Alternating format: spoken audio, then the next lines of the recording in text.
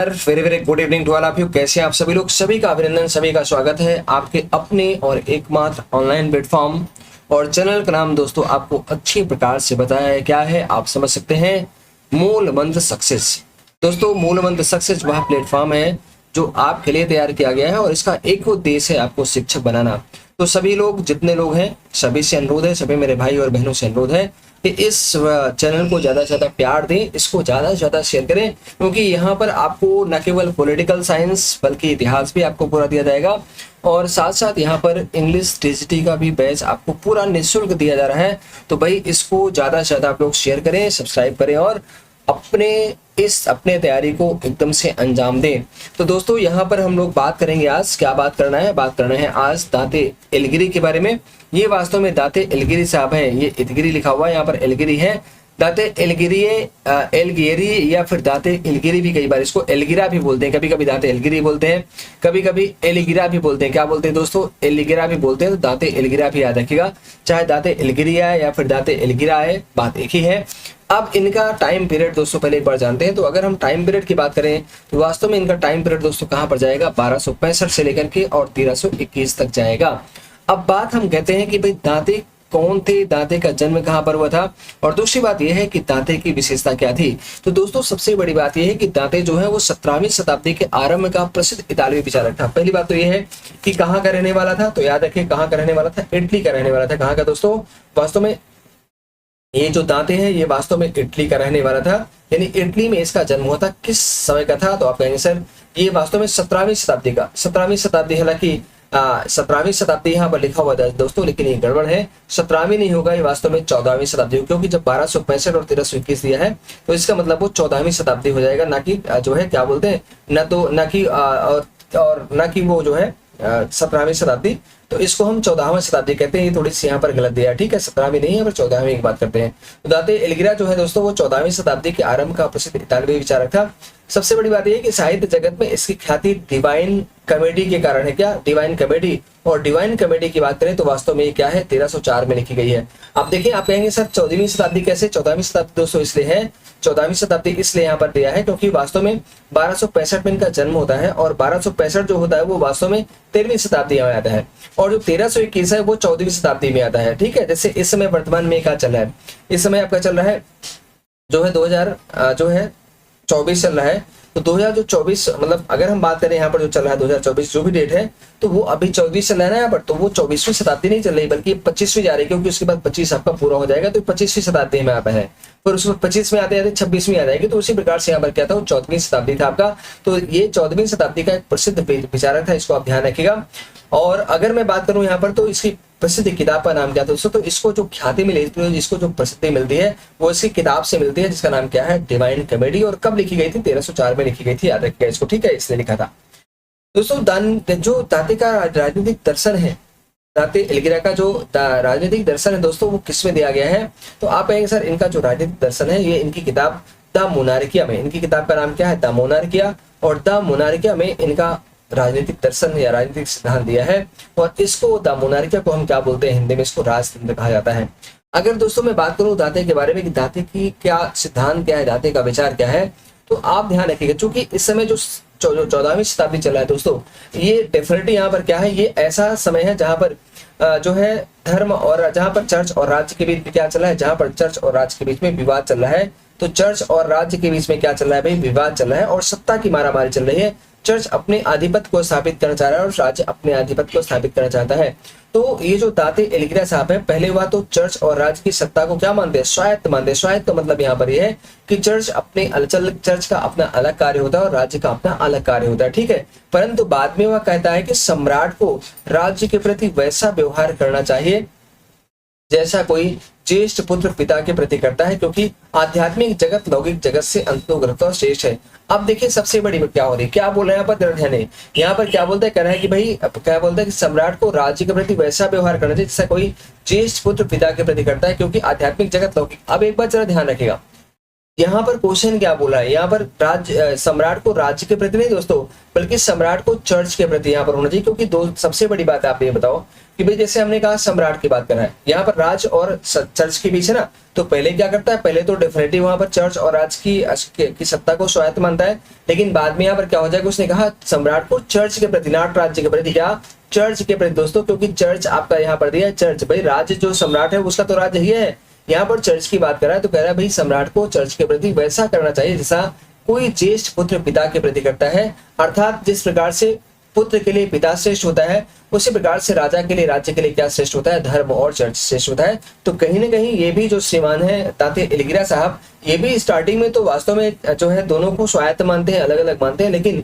आगे चलकर क्या करते हैं, वास्तव में चर्च के प्रति राजा की निष्ठा को दिखाकर के क्या बोलते हैं, ये कहीं ना कहीं चर्च की सत्ता को स्थापित करना चाह रहे हैं। और इन्होंने कहा भी क्यों जो है करना चाहिए, क्योंकि जो आध्यात्मिक सत्य है, आध्यात्मिक जगत होती है, वो वास्तव में लौकिक जगत से अंततः श्रेष्ठ होता है। इसलिए चूंकि आध्यात्मिक जगत का संबंध किससे है, चर्च से है, धर्म से है, और ये जो आपका लौकिक जगत है दोस्तों, ये लौकिक जगत का संबंध किससे है, आप पहले से लौकिक जगत का संबंध जो होता है वो किससे होता है, वो राज्य से होता है, वो राजा से होता है, किससे होता है, राजा से होता है। तो कहीं ना कहीं ये चर्च को और धर्म को प्रधान मानते हैं और लौकिक जगत या राज्य को उसके अधीन मानने का प्रयास करते हैं। तो अल्टीमेटली दोनों में से चर्च को ये प्रधान साबित करते हैं।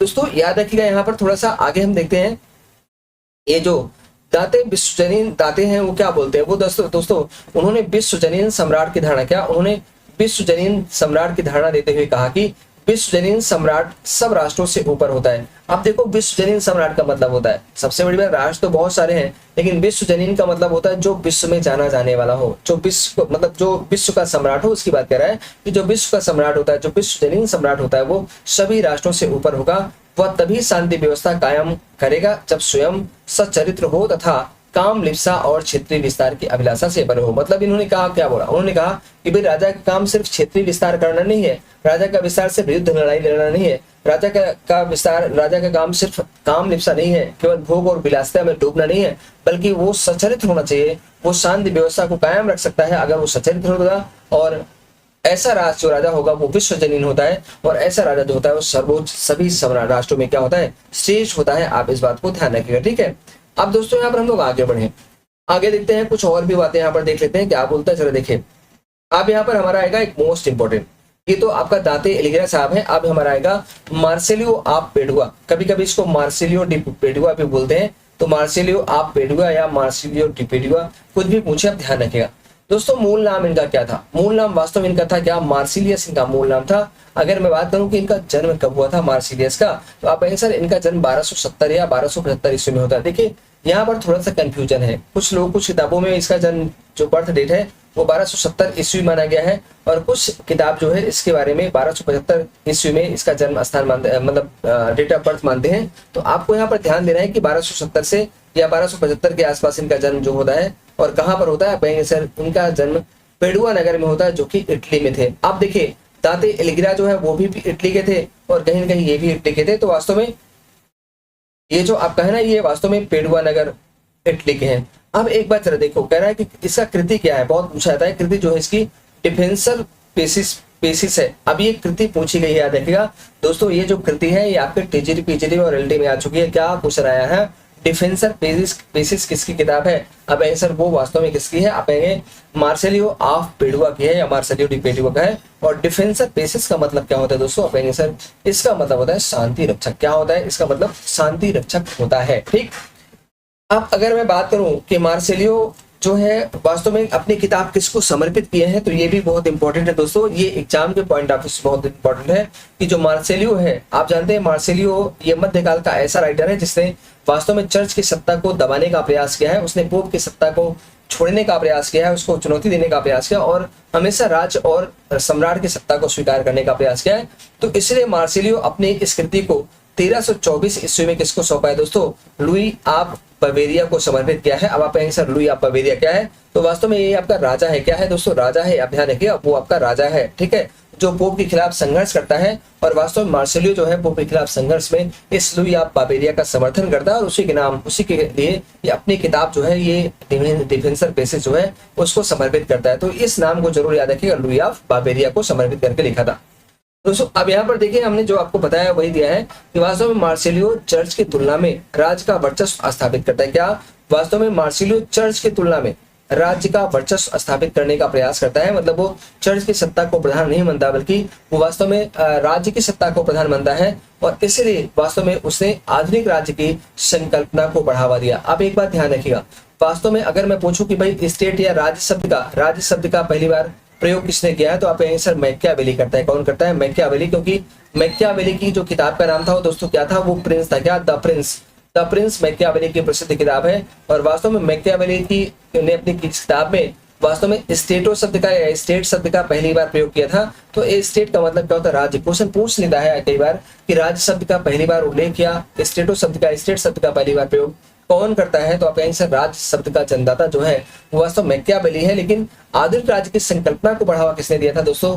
मार्सिलियो ने, क्योंकि मैकियावेली से पूर्व ये जो मार्सिलियो आपका दिया है वो मार्सिलियो कहीं ना कहीं उस दौर में दोस्तों आया था जब वास्तव में चर्च की प्रधानता थी, और इसी ने पहली बार चर्च की प्रधानता को तोड़ा है और वास्तव में राज्य की सत्ता को स्थापित करने का प्रयास किया है। ये बात आप बहुत ध्यान से यहाँ पर समझने का प्रयास करिएगा, ठीक है। अब अगर मैं आपको यहाँ पर बोलूं दोस्तों कि वास्तव में डिफेंसर पेसेस में वो करता क्या है, तो डिफेंसर पेसेस जो मैंने कहा था इसमें उसने पोप की सर्वोपरि सत्ता पर प्रबल प्रहार किया था। चूंकि धर्म जो है ना, धर्म का प्रधान कौन था दोस्तों? चर्च। धर्म उस समय, चूंकि ये लोग जो है वो ईसाई क्रिश्चियन को मानने वाले थे, तो उस समय चर्च ही प्रधान था, और चर्च का प्रमुख कौन होता है? पोप होता है। तो इसने क्या किया था? इसने वास्तव में पोप की सत्ता को चुनौती देते हुए पोप जॉन 22वें, उस समय पोप जॉन नाम के 22वें व्यक्ति थे, पोप जॉन 22वें के साथ संघर्ष में लुई ऑफ बावेरिया का साथ दिया था, ठीक है, और राज्य को चर्च से मुक्त कराने संबंधी प्रयास किया था। मतलब ये हमेशा इस बात के लिए प्रयास करते कि भाई राज्य को चर्च से मुक्त किया जाए, राज्य को धर्म से बाहर किया जाए, ताकि राज्य को की श्रेष्ठता को स्थापित किया जाए और कानून की सत्ता को स्थापित किया जाए। इस बात को आप यहाँ पर ध्यान रखिएगा। तो कहीं ना कहीं मार्सिलियो जो है पहले ऐसे व्यक्ति हैं जिन्होंने वास्तव में राज्य का समर्थन करने का प्रयास किया। अब अगर देखेंगे तो अरस्तु की तरह मार्सिलियो भी, क्या अरस्तु की तरह मार्सिलियो भी राज्य को आत्मनिर्भर इकाई मानता है। क्या? जिस प्रकार से अरस्तु ने जो है राज्य को आत्मनिर्भर इकाई माना था, जिस प्रकार से अरस्तु ने राज्य को श्रेष्ठ माना था, लेकिन कहीं ना कहीं वो कानून बाद में कानून के अधिकार को राज्य से मतलब कानून के अधिकार को श्रेष्ठ मानता है, उसी प्रकार से मार्सिलियो भी राज्य को आत्मनिर्भर इकाई मानता है। मार्सिलियो कहता है कि पुरोहित वर्ग का कार्य मनुष्य को का परलोक सुधारना है। क्या बोलते हैं? क्या भाई जो पुरोहित वर्ग है, जो पोप है, इनका काम क्या होता है? धर्म का काम होता है दोस्तों मनुष्य का परलोक सुधारना। इस लोक में या इस लोक में मानव जीवन को सुधारने के लिए क्या होता है? राज जरूरी होता है। क्यों? क्योंकि अगर राज्य नहीं होगा तो वास्तव में मनुष्य के इस जीवन को कौन सुधारेगा? वास्तव में नैतिक नियमों की स्थापना कौन करेगा? वास्तव में शांति व्यवस्था कौन बनाएगा? वास्तव में मानव जीवन के उत्थान के लिए कार्य कौन करेगा? तो कहने का मतलब है कि अगर राज्य नहीं होगा, राजा नहीं होगा, तो ये जो आपका इहलोक है, ये जो आपका लौकिक जीवन है व्यक्ति का, वो पार्श्विक बन जाएगा और वो हमेशा एक दूसरे से संघर्षरत रहेगा, और इस प्रकार से चारों ओर केवल अराजकता ही अराजकता होगी। और अगर इस अराजकता को दूर करना है तो निश्चित रूप से क्या है? राज्य की आवश्यकता है। इसलिए उसने धर्म के स्थान पर राज्य को बढ़ावा दिया और राज्य की सत्ता को साबित करने का दोस्तों प्रयास करता है। ध्यान रखिएगा। अगर हम आगे बात करें यहाँ पर फिर से एक बार, तो आप देखिए यहाँ पर मार्सिलियो जो है दोस्तों वो वास्तव में कहीं ना कहीं अरस्तु से प्रेरित दिखाई पड़ता है, ठीक है, अरस्तु से प्रेरित दिखाई पड़ता है। अरस्तु से प्रेरित होकर मार्सिलियो ने यह विचार व्यक्त करता है क्या? कि राज्य मनुष्य को यथेष्ट जीवन प्रदान करता है। यथेष्ट का मतलब वास्तविक, जो राज्य है दोस्तों वो मनुष्य को, यथेष्ट का मतलब वास्तविक, जैसा वह चाहता है उसके मन वांछित जीवन उसको प्रदान करता है। इसमें समान हित और न्याय दोनों की सिद्ध नीति है। मतलब इसमें जो व्यक्ति की हित है वो भी नीत है और साथ साथ इसमें न्याय भी यहाँ पर उसको मिलता है। तो समान हित और न्याय दोनों को सिद्ध ही नीत होती है। अब दोस्तों याद रखिएगा जो मार्सिलियो है वो कुछ और भी बात करता है। यहाँ पर क्या कहता है जरा देखिएगा। तो मार्सिलियो कार्यपालिका की सर्वोच्चता का समर्थन करते हुए कहता है क्या? वास्तव में किसका समर्थन किया दोस्तों? कार्यपालिका। तो कई बार क्वेश्चन पूछ सकता है कि अगर बोला है कि भाई विधायिका कार्यपालिका में से किसकी सर्वोच्चता का समर्थन किया मार्सिलियो ने, तो आप आंसर मार्सिलियो जो है वो कार्यपालिका की सत्ता का या कार्यपालिका की सर्वोच्चता का समर्थन करते हुए कहता है कि राज्य तभी बचे रहेगा जब उसका कानून और शासन एकात्मक हो। एकात्मक का मतलब क्या? एक ही व्यक्ति के हाथ में। एकात्मक का मतलब क्या? एक ही व्यक्ति के हाथ में हो, एक ही व्यक्ति के हाथ में हो। इसका मतलब कहीं ना कहीं क्या करता है? कहीं ना कहीं ये थोड़ा सा निरंकुशता का समर्थन भी करता है दोस्तों। क्यों? क्योंकि अगर डेमोक्रेसी अगर प्रजातांत्रिक लागू रहा और शासन अगर बटा रहा, शासन की शक्ति बटी गई, तो फिर निश्चित रूप से राज्य बहुत ज्यादा संगठित नहीं होगा। इसलिए कहता है कि भाई अगर सत्ता का केंद्र अगर एक ही व्यक्ति के हाथ में होगा, अगर एक ही वहां पर वास्तव में जो है अगर एकात्मक शासन प्रणाली होगी, तो निश्चित रूप से क्या होगा, राज्य बचा रहेगा, क्योंकि तब ज्यादा बेहतर तरीके से काम होगा। मार्सिलियो डिपेडियो जो है दोस्तों क्या कहता है, वो कहता है कि विधि निर्माण की प्रक्रिया बहुत ही बढ़िया, विधि निर्माण की प्रक्रिया के साथ जितने ज्यादा लोग जुड़े होंगे उसके न्यायपूर्ण होने की संभावना उतनी ही उज्जवल होगी। मतलब समझते हैं क्या बात यहाँ पर बोल रहा है, मतलब यहाँ पर ये हो रहा है दोस्तों, मतलब यहाँ पर ये दिया है कि भाई कहता है कि देखो विधि निर्माण काम कौन करता है। अब देखो विधायिका करती है, विधि निर्माण कौन करती है, विधायिका करती है। विधायिका का मतलब क्या, विधायिका का मतलब होता है कि आप जो विधान, आप वर्तमान की बात करें तो लोकसभा और राज्यसभा मिलकर करते हैं यहाँ पर, और बाद में राष्ट्रपति का साइन होता है। अब यहाँ पर क्या होता है, विधि निर्माण का मतलब बोला कि भाई एक व्यक्तिगत, भले उसने कहा कि शासन के केंद्र में एक व्यक्ति हो, सारी शक्ति एक व्यक्ति के हाथ में हो, लेकिन जब विधि निर्माण की जाए, जब कानून बनाया जाए, तो कानून एक व्यक्ति ना बनाए। क्यों? क्योंकि अगर एक व्यक्ति बनाएगा तो कहीं ना कहीं वो राज्य के सभी लोगों का हित नहीं साथ पाएगा, और कहीं ना कहीं वो जो कानून होगा वो उसके इच्छाओं का मतलब परिणाम होगा। ऐसी कंडीशन में क्या बोलता है, ऐसी कंडीशन में कहता है कि भाई जो विधि निर्माण की प्रक्रिया है उसमें जितने ज्यादा लोग जुड़ेंगे, मतलब अगर अधिक से अधिक लोग जुड़ेंगे, तो उसके न्यायपूर्ण होने की संभावना उतनी ही प्रचुर हो। क्यों? क्योंकि वास्तव में जब अधिक लोग जुड़ेंगे तो सभी के हितों को ध्यान में रखने का प्रयास करेंगे, इसलिए मार्सिलियो ऐसा बोलता है। दोस्तों अगर मैं आगे बात करूं यहाँ पर मार्सिलियो के बारे में, बहुत ही शानदार है, बहुत ही जानदार क्लास है। आप जरा देखें यहाँ पर मूरे क्या बोलता है दोस्तों। मूरे जो है ना वो मार्सिलियो को 14वीं सदी का मौलिक विचारक कहा है। ये भी आप ध्यान रखें, किसने कहा था, मूरे ने कहा है। किसने दोस्तों, मूरे ने मार्सिलियो को 14वीं सदी का मौलिक विचारक कहा है। अगर मैं गेटिल की बात करूं, गेटिल ने क्या माना है दोस्तों, तो गेटिल ने उसकी पुस्तक कौन, जो डिफेंसर पेसिस, याद है क्या, जो उसकी किताब का नाम क्या है दोस्तों, डिफेंसर पेसिस। तो वास्तव में डिफेंसर पेसिस को क्या बोलता है, वह मध्य युग का सर्वाधिक, क्या बोलता है, मध्य युग का सर्वाधिक मौलिक राजनीतिक ग्रंथ कहा है। तो कहीं ना कहीं ये दोनों ही पॉइंट आपके लिए इंपॉर्टेंट है। मूरे ने जो कहा है मौलिक विचारक, उसको भी ध्यान रख रहा है, और गेटिल ने जो उसके पुस्तक को डिफेंसर पेसिस को मध्य युग का सर्वाधिक मौलिक राजनीतिक ग्रंथ कहा है दोस्तों, इसको भी आपको यहाँ पर याद रखने की आवश्यकता है, याद रखिएगा, ठीक है। तो इस प्रकार से आज हमने जो क्लास लिया दोस्तों, वो उसमें हमने दो चीज अध्ययन किया। ये मध्य युग, ये जो आप पॉलिटिकल साइंस पढ़ रहे हैं, देखो प्राचीन भारत में हमने क्या, मतलब प्राचीन विचारक जो है, जो प्राचीन वेस्टर्न थिंकर है, उसमें हमने किसको किसको पढ़ा। तो पहली बात तो हमने इस लेक्चर में अभी तक जो हमने पढ़ा है, इसमें हमने पहली बात तो पहले टॉपिक में हमने राजनीतिक विज्ञान के अर्थ और परिभाषा की बात किया है। दूसरे में हमने वेस्टर्न फिलासफर की शुरुआत किया और उसमें हमने सुकरात की बात किया, पहले सुकरात के विचारों का अध्ययन किया। फिर हमने प्लेटो को पढ़ा, दोस्तों प्लेटो बहुत इंपॉर्टेंट है। उसके बाद हमारा अरिस्टोटल था, मतलब अरस्तु था, इसको हमने पढ़ा। अरस्तु के बाद यहाँ पर फिर मध्यकाल की हमने चर्चा करने लगा था। पहले यहाँ पर क्या था, यहाँ पर तो उन्होंने राज्य को सर्वोच्च माना दोस्तों, क्या, राज्य को सर्वोच्च माना था और राजा को सर्वोच्च माना यहाँ पर, ठीक है। प्राचीन वेस्टर्न थिंकरों ने राज और राजा के महत्व को स्वीकार किया। लेकिन जो मध्यकाल होता है, जब मध्यकाल की शुरुआत होती है दोस्तों, तो मध्यकाल में क्या होता है, चर्च की प्रधानता लागू होती है, क्या, चर्च की प्रधानता लागू होती है। और फिर चर्च के बाद क्या होता है, बाद में इसके परवर्ती काल में चर्च और राज्य के बीच में क्या, चर्च और राज्य के बीच में क्या होता है, जो है श्रेष्ठता को लेकर के संघर्ष होते लगता है। और इस काल के विचारकों में कई सारे विचारक आते हैं, जैसे हमने बात किया था किसके बारे में, हमने सेंट ऑगस्टाइन के बारे में बात किया था दोस्तों, ऑगस्टाइन के बारे में बात किया था। हमने सेंट एक्विनास के बारे में बात किया था, क्या, एक्विनास के बारे में बात किया था। हमने पोप गैलेशियम के बारे में पढ़ा था, क्या, पोप गैलेशियम के बारे में पढ़ा था, पोप गैलेशियम के बारे में पढ़ा था। इसी समय हमने दोस्तों स्टोइकवादी विचारधारा के बारे में पढ़ा, क्या, स्टोइकवादी, है ना, जिन्होंने इसका दिया था, स्टोइकवादी विचारधारा को पढ़ा था, जिसके प्रवर्तक जेनो को मानते हैं दोस्तों, किसको, जेनो को मानते हैं। फिर हमने जो है एपिक्यूरियनवाद, क्या, एपिक्यूरियनवाद को हमने पढ़ा था, एपिक्यूरियनवाद। और एपिक्यूरियनवाद जो आपका दोस्तों है, इसका जो जनक है वो वास्तव में कहीं ना कौन है, आप कहेंगे सर ये वास्तव में एपिक्यूरियस है। कौन, एपिक्यूरियस है। तो इन सब को हमने इसमें पढ़ा था, ठीक है, इसमें पढ़ा था। और आज इसी क्रम में हमने मध्यकाल में ही हमने दो और विचारकों को पढ़ा। कौन, एक तो आपका दिया है दोस्तों, कौन, दाते एलिगिरी या फिर दाते एलिगिरा, कभी कभी एलिगिरा भी आता है, दाते एलिगिरा को ध्यान रखेंगे। और दूसरा जो आपका दिया है वो बहुत इंपॉर्टेंट है, वो वास्तव में कौन है, वो आपका मार्सिलियो डिबेडियो, क्या दोस्तों, मार्सिलियो, क्या, मार्सिलियो ऑफ पाडुआ या फिर मार्सिलियो डी पाडुआ को याद रखिएगा। तो कहीं ना कहीं इन सारी बातों को आपको यहाँ पर ध्यान देने की आवश्यकता है दोस्तों, ठीक है। आप देखिए तो कहने का मतलब है कि अभी तक हमने इसको पढ़ा, कल हम लोग पढ़ेंगे किसके बारे में दोस्तों, कल हम लोग पढ़ेंगे यहाँ पर डेफिनेटली आधुनिक राष्ट्र राज्य शब्द का उल्लेख करने वाला कौन, आप कहेंगे सर वो ऐसा व्यक्ति जिसको हम आधुनिक राजनीति का जनक मानते हैं। क्या आधुनिक राजनीति का जनक मानते हैं, क्यों, क्योंकि प्राचीन काल में प्राचीन राजनीति का जनक जो है वो तो अरस्तु को माना गया है, लेकिन आधुनिक काल की अगर बात करें तो आधुनिक काल में वास्तव में यही काम जो अरस्तु ने पहले किया था वही काम कौन करता है, आप कहेंगे सर मैकियावेली करता है। और मैकियावेली को दोस्तों क्या, मैकियावेली को आधुनिक राजनीति विज्ञान का हम जनक मानते हैं, क्यों, क्योंकि उसने आधुनिक काल में राजनीति विज्ञान को धर्म से पूरी तरह से क्या किया, अलग करने का प्रयास किया। तो हम लोग कल मैकियावेली को पढ़ेंगे और मैकियावेली बहुत इंपॉर्टेंट है। तो आज यहीं पर अब आप लोगों से मैं इतना ही कहूंगा भाई कि सभी लोग प्लीज कम से कम आपसे निवेदन है कि जल्दी से जल्दी इसको शेयर करें ताकि 50 सब्सक्राइबर पूरे हो जाए।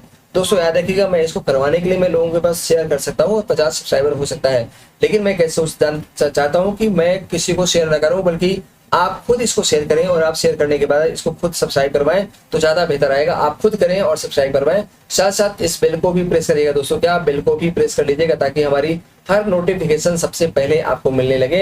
याद रखिएगा और वीडियो को ज्यादा से ज्यादा दोस्तों शेयर जरूर करें, क्योंकि जितना ज्यादा शेयर होगा उतना मजा आएगा, उतना ज्यादा लोगों के पास पहुंचेगा। और याद रखिएगा मैं पूरा का पूरा यहाँ पर पॉलिटिकल साइंस फ्री दूंगा आपको, और साथ साथ यहाँ पर अगर मैं बात करूँ तो इतिहास का भी पूरा का पूरा लेक्चर आपको पूरा फ्री दूंगा, गजब तरीके से इतिहास दिया जाएगा। और बाद में अगर 50 सब्सक्राइबर जल्दी हो जाएंगे तो हम लाइव सेशन लेकर के और प्रैक्टिस बैच आपका बिल्कुल निःशुल्क शुरू करेंगे ताकि आप इधर थ्योरी पढ़ते रहें और साथ साथ प्रैक्टिस करते रहें, तो आपकी तैयारी जो है ना एसएससी की बहुत बेहतर हो जाए। तो दोस्तों थैंक यू सो मच, बहुत बहुत धन्यवाद, मिलते हैं नेक्स्ट वीडियो में, तब तक नमस्कार, thank you so much, good night, सबका खैर, thank you so much, thank you.